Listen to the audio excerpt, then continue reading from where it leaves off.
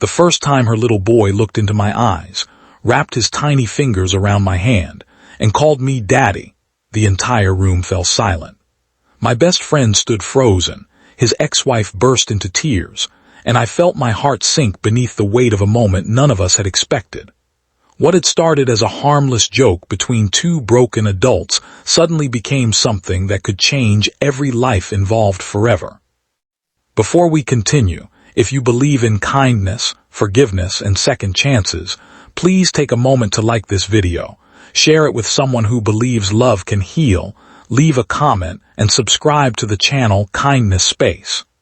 Your support helps these heartfelt stories reach more people around the world. There was a time when I believed my life would always remain simple.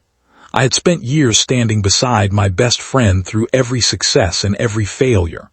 I watched him fall in love, get married, become a father, and eventually lose everything when his marriage fell apart. The divorce left scars on everyone, especially on his former wife, Emily, and their little son, Noah. I stayed out of their personal matters because loyalty meant respecting boundaries, even when it hurt to watch two good people drift apart. Months passed, and life quietly moved on. Emily devoted every hour to raising Noah while rebuilding her career. She smiled around people, but exhaustion always hid behind her eyes. I occasionally helped by fixing things around her house or dropping off groceries whenever Noah was sick. There were never hidden intentions behind my actions. I simply believed no one should face life's hardest seasons completely alone. One evening, during a gathering with mutual friends, someone joked that Emily should start dadding again.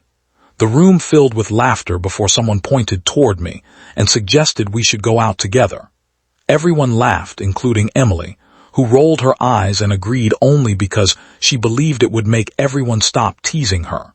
She admitted later that she accepted the idea as a joke because there was no chance anything serious would ever happen between us.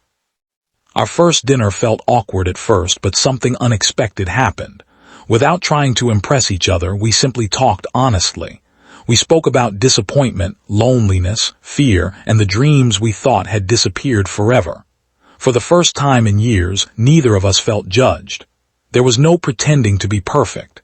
We were simply two imperfect people sharing the truth. As the weeks passed, the joke slowly stopped feeling like a joke.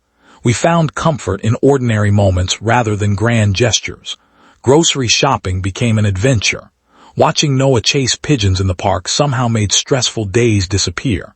We laughed over burnt dinners and celebrated small victories like surviving another difficult week. Those quiet moments slowly built something stronger than either of us expected. Still, guilt constantly followed me.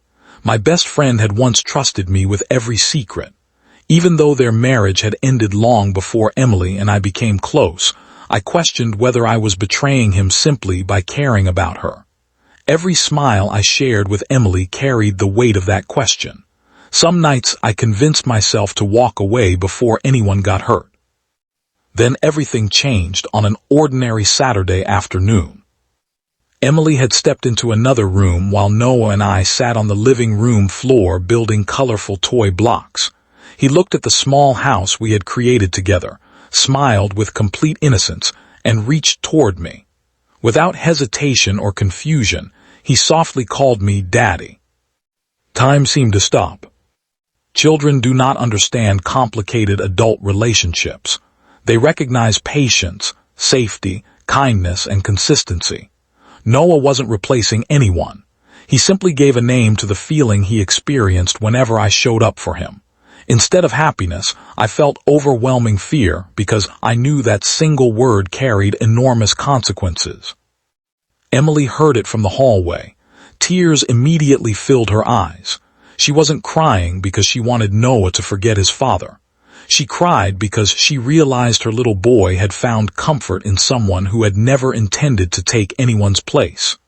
At that exact moment, my best friend unexpectedly arrived to pick Noah up for the weekend. He heard everything.